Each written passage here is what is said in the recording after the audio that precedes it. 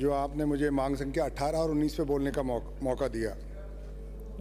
महोदय, प्रदेश में कानून व्यवस्था बनाए रखने का काम प्रदेश की पुलिस पे होता है और जितनी हमारी कुशल पुलिस व्यवस्था होगी उतनी अच्छी कानून व्यवस्था होगी। तो सबसे पहले तो मैं राजस्थान के पुलिसकर्मियों के बारे में बात करना चाहूँगा। सर, प्रदेश के जो पुलिसकर्मी हैं, कांस्टेबल से लेकर डीजी तक, उनको वो सुविधाएं, वो साधन, वो पे अलाउंसेस मिलने चाहिए जो दिल्ली पुलिस को मिलते हैं। एक पुलिस एक कानून लागू करती है, तो मैं आशा करता हूं कि जहां भी हमारे विभाग में, हमारे प्रदेश में इन चीज़ों की कमी है, राजस्थान सरकार इसका ध्यान दे कि हमारे सिपाहियों को वही तनख्वाह और सुविधा मिले जो दिल्ली पुलिस को, क्योंकि दिल्ली पुलिस को आदर्श माना जाता है। राष्ट्रीय राजधानी में वो पुलिस व्यवस्था करती है, तो वो सुविधा हमारे लोगों को दें, उससे वंचित नहीं रहे, ताकि उनकी कार्यकुशलता बढ़ेगी। इसी तरह से इनके प्रमोशन के जो तरीके हैं सर, प्रमोशन हर सर्विस में हर स्टेज पे होता है। जो आरएएस अधिकारी होता है वो आईएएस बनता है, उसकी एक व्यवस्था होती है, सिस्टम होता है। आरपीएस से आईपीएस बनता है, उसकी एक व्यवस्था होती है। पर हमारा जब कांस्टेबल से हेड कांस्टेबल बनता है, हेड कांस्टेबल से एएसआई बनता है, उसकी व्यवस्था अलग है। अगर जो चीज़ आईएएस के लिए अच्छी है, जो आईपीएस के लिए अच्छी है, वो हमारे सिपाही के लिए क्यों नहीं, वो हमारे हेड कांस्टेबल के लिए क्यों नहीं? कांस्टेबल से आप हेड कांस्टेबल करोगे, उसकी लिखित परीक्षा लोगे, उसकी शारीरिक परीक्षा लोगे। हेड कांस्टेबल से एएसआई करोगे, जब उसकी यहाँ परीक्षा लोगे। तो जब आरपीएस से आईपीएस करते हो, उनकी भी परीक्षा ले लो। अगर अच्छी चीज़ है, सब पे लागू करिए। अगर आरएएस से आईएएस कराते हो, उनको भी दौड़ाइए, थोड़े बहुत दौड़ें, लिखें, पता लगे कितना क्या दम है। तो एक समान व्यवस्था होनी चाहिए, क्योंकि कार्य समान है। और मैं ये मानता हूँ जो आईएएस और आईपीएस के लिए जो व्यवस्था है वो आदर्श व्यवस्था है। वही आदर्श व्यवस्था हमारे प्रमोशन के लिए हमारे जूनियर रैंक्स में होनी चाहिए। सर, प्रदेश में जो वर्तमान कानून व्यवस्था है, अपराध की स्थिति है, उसके बारे में बहुत कुछ नहीं बोलूँगा, क्योंकि सबको पता है। फिर भी मेरे को सुझाव है जहाँ सुधार की आवश्यकता है। कुछ चीज़ें राजस्थान में नई हो रही हैं जो पहले नहीं होती थी। अपराध मानवीय व्यवस्था में, सामाजिक व्यवस्था में आदिकाल से चला आ रहा है, वो कोई नई बात नहीं है। जो भी व्यवस्था होती है उसका काम है उसको रोकना, उसको नियंत्रित करना। पर दो तीन चीज़ें राजस्थान में नई हुई हैं। ये paper leak.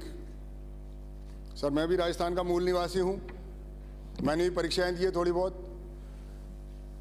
Paper leak Rajasthan में क्यों होता है और राजस्थान में इंटरनेट बंद क्यों होता है? ये आईएएस का एग्जाम पूरे हिंदुस्तान में होता है, हर साल होता है। मैंने तो नहीं सुना कभी कोई भारत सरकार इसको इंटरनेट बंद करती होगी। राजस्थान में ही क्यों होता है कि पेपर लीक रोकने का तरीका, वो लीक क्यों हो रहा है, उन कारणों में जाइए। इंटरनेट बंद करने से तो कुछ नहीं होगा। इसका मुख्य कारण ये है कि हम लोग उन अपराधियों तक नहीं पहुंच रहे, क्योंकि राजस्थान का आंतरिक मामला है। राजस्थान में पेपर छपता है, राजस्थान के लोग पेपर छपवाते हैं और राजस्थान के लोग ही उसको लीक करते हैं। तो कौन है वो लोग, आज तक हम नहीं पता लगा पाए। वो आरपीएससी से होता है या और कोई संगठन से होता है, उनको पता लगाइए। और उस नाकामी को छुपाने के लिए हम लोग ये इंटरनेट बंद करते हैं। सर, इंटरनेट के बारे में आज के इंडियन एक्सप्रेस में छपा है, India tops list of global internet shut offs. और अरे मेरे भाई, सुन तो सही, मैं जानता हूं तू मंत्री है और हिंदुस्तान में राजस्थान टॉप्स इस नंबर 1। समझ गया? कहां से चलिए, जो भी है, ये हमारे लिए शर्म की बात है। आज के इंडियन एक्सप्रेस में है ये, and this is a global survey. दुनिया में जितने इंटरनेट होते हैं 50% इंडिया में होते हैं, और इंडिया में जितने होते हैं राजस्थान उसमें नंबर 1 है। तो ये लिए हमारे गर्व की बात नहीं है, ये शर्म की बात है, चिंता की बात है। हमको उसका मंथन करना चाहिए, चिंतन करना चाहिए, उसका समाधान निकालना चाहिए। हर चीज को डिफेंड करने से मंत्री महोदय पार नहीं पड़ेगी। चुनाव दिसंबर में है, तो एक इसके साथ मेरा दूसरा अनुरोध है, गैंग वॉर। राजस्थान में हिंसा थी, मर्डर होते थे, रेप होते थे, डकैती होती थी, पर ये गैंग वॉर्स जो हैं, इंटरस्टेट गैंग्स, ये पिछले कुछ ही सालों से चल रही है। कांग्रेस राज में भी थी, बीजेपी राज में भी थी, पर ये नई बात है। आज अंतर्राज्यीय जो गैंग्स हैं, चाहे पहले हमारे आनंदपाल की वो गिरोह था, या राजू ठेठ का गिरोह है, या अभी लॉरेंस बिश्नोई का चल रहा है। लॉरेंस बिश्नोई रहने वाला पंजाब का, उसके गुर्गे राजस्थान में, और कार्य क्षेत्र पूरा भारत और विदेश में भी है। तो ये चिंता का विषय होना चाहिए कि राजस्थान को क्यों फर्टाइल ग्राउंड देखते हैं, कि राजस्थान में हमको क्या ऐसी सुविधा मिलती है जो और स्टेट्स में नहीं मिलती। लॉरेंस बिश्नोई पंजाब का रहने वाला, चंडीगढ़ का पड़ा, पर ऑपरेशंस राजस्थान में करता है, और राजस्थान में भी जेल में बैठ के करता है। वो कितना सुरक्षित है राजस्थान की जेलों में कि यहाँ से बैठे बैठे अपना अंतर्राष्ट्रीय व्यापार कर रहा है। यही आनंद पाल की स्थिति थी, यही राजू ठेठ की स्थिति है। ये राजस्थान के जो भी व्यवस्था में इस व्यवस्था को देखते हैं उनको देखना चाहिए। धारीवाल साहब को मैं याद दिलाना चाहूँगा, सर पिछले इस कांग्रेस कार्यकाल में आप गृह मंत्री थे। आप हर रेंज मुख्यालय पर जाते थे और पुलिस कार्य की समीक्षा करते थे रेंज वाइज। सर इस 4 साल में किसने समीक्षा करी है?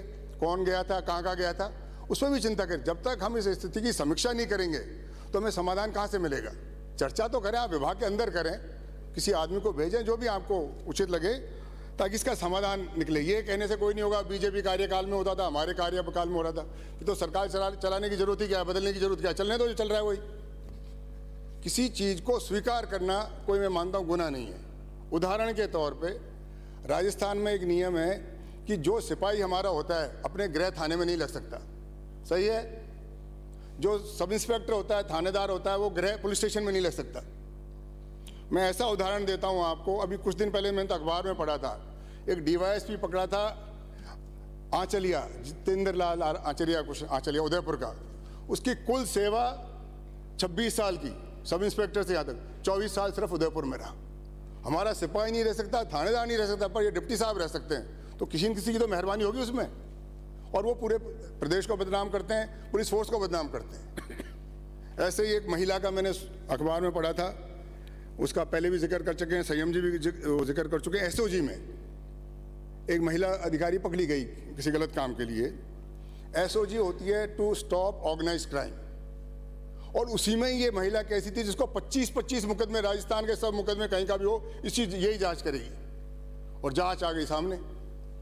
तो अधिकारी को मैं दोष नहीं दूंगा, कौन वो लोग थे जो उसको एसओजी में लाए और सब मुकदमे राजस्थान के उसी को दिए कि वो निष्पक्ष कार्रवाई कर सके, बिना भेदभाव के कर सके। तो ये चिंता का विषय है, मैं किसी आरोप नहीं लगा रहा। हमको बैठ के सरकार को इसमें चर्चा करनी चाहिए और जो भी इसमें समाधान है वो करना चाहिए। सर कुछ चीज़ें ऐसी है जो बिना पैसे के हो सकती है।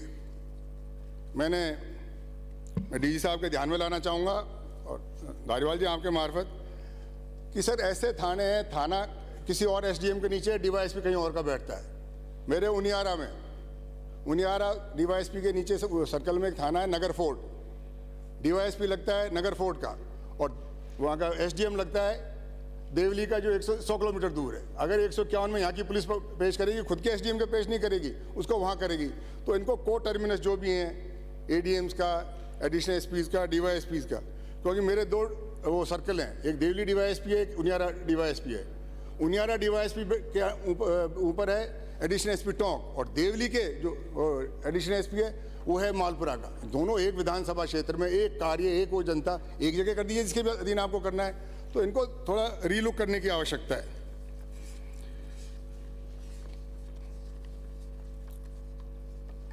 सर एक जयपुर की ट्रैफिक व्यवस्था का भी मैं ध्यान आकर्षण करना चाहता हूं, क्योंकि मैं जयपुर में रहता हूं और आना जाना पड़ता है। इसमें सुधार की आवश्यकता है। मैं कोई दोषारोपण नहीं कर रहा, पर एक ट्रैफिक लाइट को क्रॉस करने के लिए बहुत बार मंत्री महोदय तो आपके तो एस्कॉर्ट होती है, उठा देते हैं, आपको तो देख के पड़ लेते हैं, पर हम जैसे साधारण आदमियों को तो एक रेड लाइट पे 3-3, 4-4 बार रुकना पड़ता है जब पार करते हैं। तो जो भी उसका सुधार हो।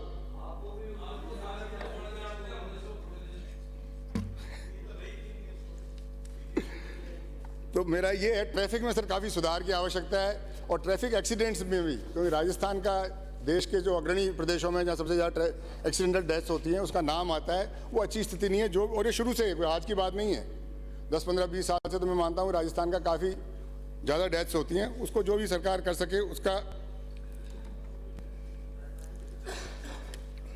सर सांप्रदायिक घटनाएं, मैं मानता हूं इन पे नियंत्रण करने की आवश्यकता है। काफ़ी तरह छोटी छोटी घटनाएं समय पे उसको डील नहीं करते, तो हाथ से बाहर निकल जाती है। जैसे अभी ये राजस्थान के 2 लड़के हरियाणा में जला के मारे गए थे, उनके गांव में आज नेटबंदी कर दी घाटिमका में। उनके समाज की कोई मीटिंग थी, वो तो मर चुके, जो मरने वाले थे मारने पर। अब ऐसे क्यों लोगों को, बच्चों की परीक्षा चल रही है, व्यापारियों का व्यापार चल रहा है। कल जयपुर शहर के व्यापार मंडल ने मीटिंग करी थी मंत्री महोदय, और उन्हें प्रस्ताव पास किया कि 2 दिन की नेटबंदी में परीक्षा के कारण उनका करोड़ों का नुकसान हो गया। क्या ये तरीका है? अपराध रोकना है क्या, ये व्यापार रोकना है? ये थोड़ा सा ध्यान रखें सर, इसका अलग कहीं दुनिया में नहीं होता। यूक्रेन में लड़ाई हो रही है, युद्ध चल रहा है, उनका भी इंटरनेट चालू है, पर हमारे परीक्षा होते हैं इंटरनेट बंद। क्या इसे साबित करना चाहते हो आप? ये लोग जो भी कर रहे हैं, मैं मानता हूं ये बहुत अच्छी बात नहीं है। इसको ढूंढ के और कोई इसका और समाधान करें। 2 मिनट में समाप्त करें। सर अंत में मैं कहना चाहूँगा, महिला अत्याचारों में, अत्याचार इन जनरल, महिला अत्याचार इन पर्टिकुलर, राजस्थान का हर रोज अखबार में पढ़ने को आता है, गलत चीज़ों के लिए खबर बनती है। तो जो भी अधिकारी इसके जिम्मेवार हैं, जो भी वो करें, सरकार उसका ठोस कदम उठाए। ये नहीं कि हमने एक सेल खोल दिया, ये खोल दिया, उससे अपराध पे क्या फ़र्क पड़ा, अपराध की स्थिति पे क्या फ़र्क पड़ा, क्या अपराध नियंत्रण में आ चुका? ये मेरी सरकार से सुझाव है। और अंत में मैं कहना चाहूँगा कि राजस्थान पुलिस के अधिकारियों को, अधिकारी सिपाही से लेकर DG तक, उनको वो सुविधाएं मिलें जिसमें वो अपना कार्य सुचारू रूप से कर सकें और हमारी जनता सुरक्षित रहे। सर, आपने बोलने का मौका दिया। जय हिंद, जय भारत।